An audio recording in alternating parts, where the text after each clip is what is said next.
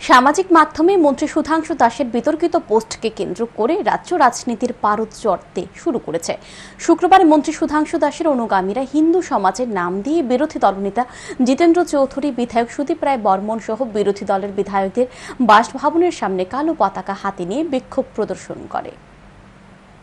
সম্প্রতি মন্ত্রী সুধাংশু দাস হিন্দুদের পক্ষ নিয়ে সামাজিক মাধ্যমে একটা বিতর্কিত পোস্ট করেন, যদিও পরবর্তী সময় সে পোস্ট তিনি ডিলিট করে নেন।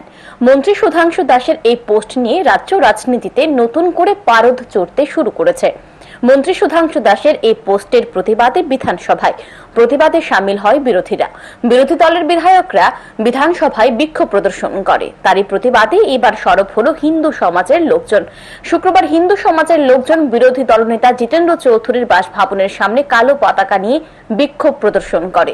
বিক্ষোভকারীদের বক্তব্য, ভারতে থাকতে হলে হিন্দুদের সম্মান জানাতে হবে। বিরোধী দলনেতাকে ত্রিপুরাবাসীর কাছে ক্ষমা চাইতে হবে।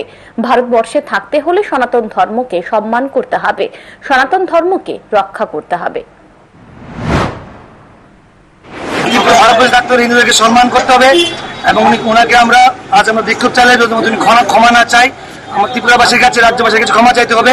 হিন্দুদের বিরুদ্ধে অপপ্রচার আমরা মানছি না, মানবো না। ওনাকে এটা বলতে চাই যে ভারতবর্ষে থাকতে হলে সনাতনকে সম্মান করতে হবে, সনাতনকে রক্ষা করতে হবে, সনাতনকে শ্রদ্ধা করতে হবে। মন্ত্রী সুধাংশু দাসের অনুগামীরা এদিন হিন্দু সমাজের নাম দিয়ে বিধায়ক সুদীপ রায় বর্মনের সরকারি বাসভবনের সামনেও বিক্ষোভ প্রদর্শন করে। তথাকথিত এই হিন্দু সমাজের নাম ধারিয়া এদিন কালো পতাকা নিয়ে বিধায়ক সুদীপ রায় বর্মনের সরকারি বাসভবনের সামনে বিক্ষোভে সামিল হয়।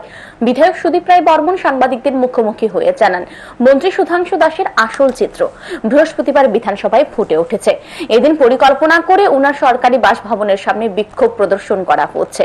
যারা বিক্ষোভ প্রদর্শন করছে তারা হিন্দু ধর্মকে বদনাম করছে। হিন্দু ধর্মে কোথাও উল্লেখ নেই অন্য ধর্মকে বদনাম করার বিষয়ে। হিন্দু নামে এরা ধাব্বা, হিন্দুকে বদনাম করছে, সনাতন ধর্মকে বদনাম আনার চেষ্টা করছে। হিন্দু ধর্ম কখনোই এরকম বলে না আরেকটা ধর্মকে ঘৃণা করো।